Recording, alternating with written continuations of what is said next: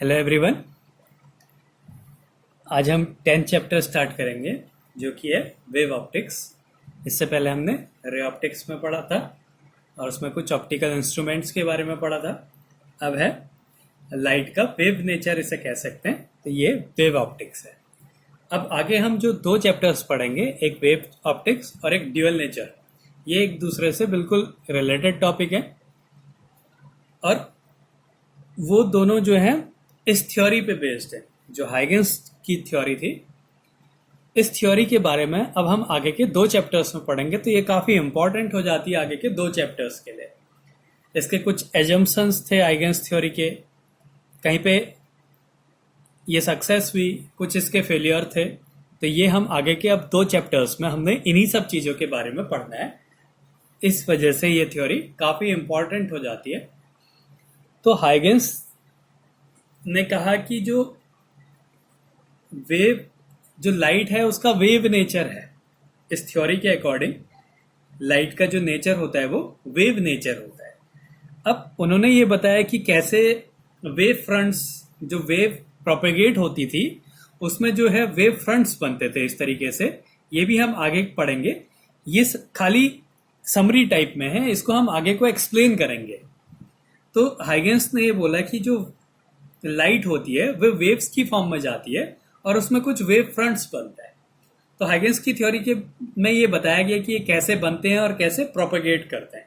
तो एक थ्योरी क्या थी? This theory explains how wave fronts are formed and how they propagate. ये कैसे बनते हैं और कैसे प्रोपेगेट करते हैं। अब इस थ्योरी के एजम्पशंस क्या थे? अब इसमें पहला एजम्पशन था कि जो लाइट है वो ट्रेवल करती है एक लॉन्जिट्यूडनल वेव के फॉर्म में, और उसकी जो एक होमोजीनियस मीडियम में उसकी वेलोसिटी कांस्टेंट रहती है। ये पहला एजम्पशन था कि light travels in the form of longitudinal wave. Light का जो नेचर बताया गया इस थ्योरम के अकॉर्डिंग वो लॉन्जिट्यूडनल नेचर था, और उसमें जो वेलोसिटी होती थी वो यूनिफॉर्म वेलोसिटी बताई गई अगर मीडियम होमोजीनियस मीडियम है। तो ये इसका पहला एजम्पशन था। बाद में ये पता चला कि जो लाइट का नेचर होता है वो ट्रांसवर्सल नेचर होता है, लेकिन इसमें ये एजम्पशंस थे कि जो लाइट का नेचर होता है वो लॉन्जिट्यूडनल नेचर होता है। तो लाइट जो है वो लॉन्जिट्यूडनल वेव्स के फॉर्म में ट्रेवल करती है और यूनिफॉर्म वेलोसिटी से मूव करती है अगर मीडियम कैसा है? होमोजीनियस मीडियम है। ये पहला एजम्पशन था। दूसरा एजम्पशन ये था कि different colours are due to different wavelengths of waves. जो कलर चेंज होते हैं, जो अलग अलग कलर्स हमें दिखाई देते हैं, वो वेवलेंथ के, अलग अलग वेवलेंथ के कारण हमें अलग अलग कलर्स दिखाई देते हैं। ये इसका एक और एजम्पशन था। बाद में ये हमें ये पता चलेगा कि जो कलर्स हैं वो वेवलेंथ पे डिपेंड नहीं करता, वो फ्रीक्वेंसी पे डिपेंड करता है। तो यहाँ पे ये इसका सेकेंड एजम्पशन है, different colours are due to different wavelengths of wave. तो थर्ड एजम्पशन था when wave enters in our eye gives energy and we have sensation of light. अगर लाइट हमारी आंख में पड़ती है तो हमें एक एनर्जी मिलती है जिसके कारण हमें सेंसेशन होता है और हमें लाइट दिखाई देती है। तो ये इसका थर्ड एजम्पशन था इस थ्योरी का। फिर उन्होंने ये बताया कि इसके लिए थोड़ा सा था कि लॉन्जिट्यूडनल जो नेचर था उसके लिए था कि जो लाइट होती है वो एक हाइपोथेटिकल मीडियम में ट्रेवल करती है जो कि हर जगह पे प्रेजेंट है, और उस हाइपोथेटिकल मीडियम को बोला ईथर। तो waves are formed in hypothetical medium, और उस हाइपोथेटिक मतलब ये खुद से माना गया एक मीडियम है ether which is present everywhere in the universe. ये इसका एजम्पशन था, लेकिन बाद में ये जो ईथर, जो ये हाइपोथेटिकल मीडियम है, ये वेव थ्योरी इसको प्रूफ नहीं कर पाई कि ये कहाँ है ये मीडियम। तो ये इसके कुछ एजम्पशंस थे। तो हाइगेंस थ्योरी क्या थी? हाइगेंस थ्योरी ये बताती है कि वेव्स कैसे प्रोपेगेट करती है और वेव फ्रंट्स कैसे बनते हैं। इनके एजम्पशंस थे कि जो लाइट होता है उसका नेचर लॉन्जिट्यूडनल नेचर होता है, और एक होमोजीनियस मीडियम में लाइट की वेलोसिटी, प्रोपेगेशन की जो वेलोसिटी होती है वो कांस्टेंट होती है। दूसरा एजम्पशन था कि जो हमें अलग अलग कलर्स दिखाई देते हैं वो वेवलेंथ्स के कारण दिखाई देते हैं। अब बाद में हम ये पढ़ेंगे कि जो अलग कलर्स होते हैं वो फ्रीक्वेंसी के कारण होते हैं। फिर अगला एजम्पशन है when wave enters in our eye give energy then we have sensation of light. तो हमें लाइट का सेंसेशन कैसे होता है कि लाइट हमारे आंख में पड़ती है और हमें एनर्जी देती है, जिसके कारण हमें सेंसेशन होता है लाइट के अलग अलग कलर्स का। फिर the waves are formed in hypothetical medium. जो वेव है वो ट्रेवल करती है एक हाइपोथेटिकल मीडियम में, वहीं पे वो फॉर्म होती है और जो कि हर जगह पे प्रेजेंट है। ये एक और एजम्पशंस था। अब ये जो वेव नेचर है ये बहुत जगह, ये हाइगेंस की जो थ्योरी है ये सक्सेस भी रही। इस थ्योरी से ये पता चला कि कैसे रिफ्लेक्शन होता है। हम वेव थ्योरी से रिफ्लेक्शन को एक्सप्लेन करते हैं, आगे के टॉपिक्स में हम इनको एक्सप्लेन करेंगे। रिफ्लेक्शन को प्रूव करा वेव नेचर ने, रिफ्रैक्शन के बारे में बताया, रिफ्लेक्शन और रिफ्रैक्शन दोनों को प्रूव कर दिया वेव नेचर में।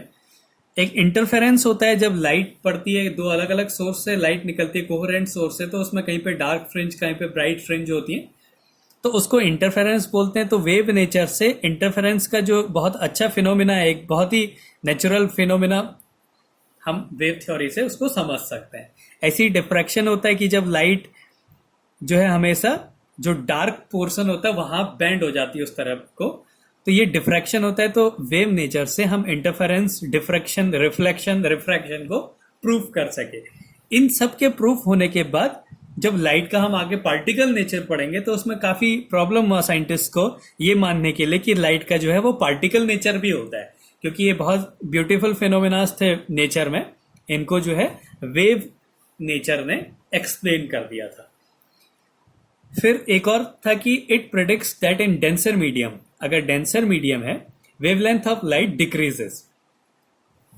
जो वेवलेंथ होती है वो डिक्रीज हो जाती है, जिसके कारण उसकी वेलोसिटी डिक्रीज हो जाती है।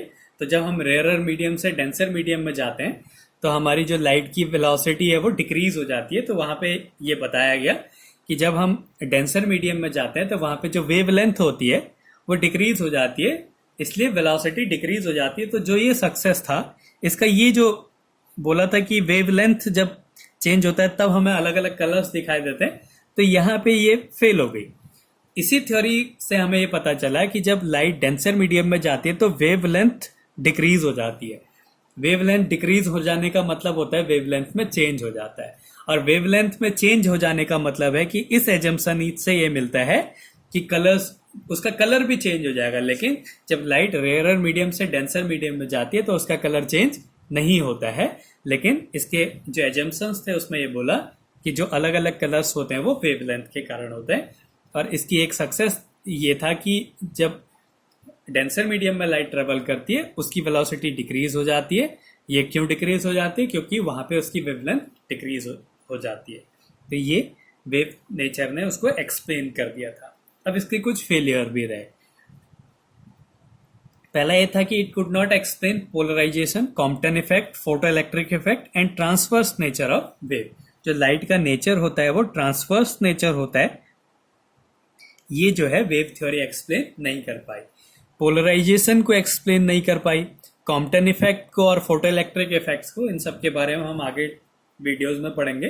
तो इन चीज़ों के बारे में जो वेव नेचर है वो एक्सप्लेन नहीं कर पाया।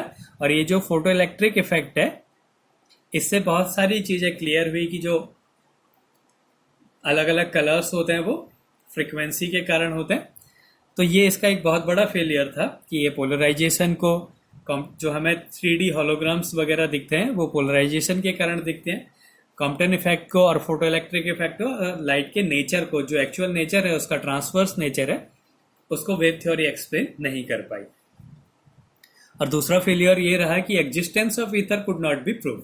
जो ये बोला गया कि जो है एक हाइपोथेटिकल मीडियम है, वहां पे वेव्स प्रोपेगेट करती हैं, लेकिन ये इसको प्रूफ नहीं कर पाए। हाइगेंस थ्योरी को प्रूफ नहीं कर पाई कि ये ईथर कहाँ है। फिर अगला है energy of wave does not depends on it's amplitude. पहले ये बताया गया कि जो एनर्जी होती है वो एम्पलीट्यूड पे डिपेंड करती है, लेकिन बाद में जब फोटो इलेक्ट्रिक इफेक्ट पढ़ा के बारे में पता चला तो वहां पे पता चला कि जो एनर्जी होती है वो उसकी फ्रिक्वेंसी पे डिपेंड करती है। तो वेव नेचर ने ये बताया कि जो एनर्जी होती है लाइट की वो उसके एम्पलीट्यूड पे डिपेंड करता है, लेकिन बाद में ये पता चला कि जो एनर्जी होती है वो फ्रिक्वेंसी पे डिपेंड करती है। और colours does not depends on wavelength but on frequency. जो कलर्स होते हैं वो वेवलेंथ पे डिपेंड नहीं करते, वो किस पे डिपेंड करता है? फ्रिक्वेंसी पे डिपेंड करता है। तो आगे के वीडियो लेक्चर्स में हम इंटरफेरेंस के बारे में पढ़ेंगे, डिफ्रैक्शन के बारे में पढ़ेंगे, रिफ्लेक्शन क्या होता है, रिफ्रैक्शन क्या होता है, वेव थ्योरी से उसको कैसे एक्सप्लेन कर सकते हैं, उनके बारे में हम पढ़ेंगे।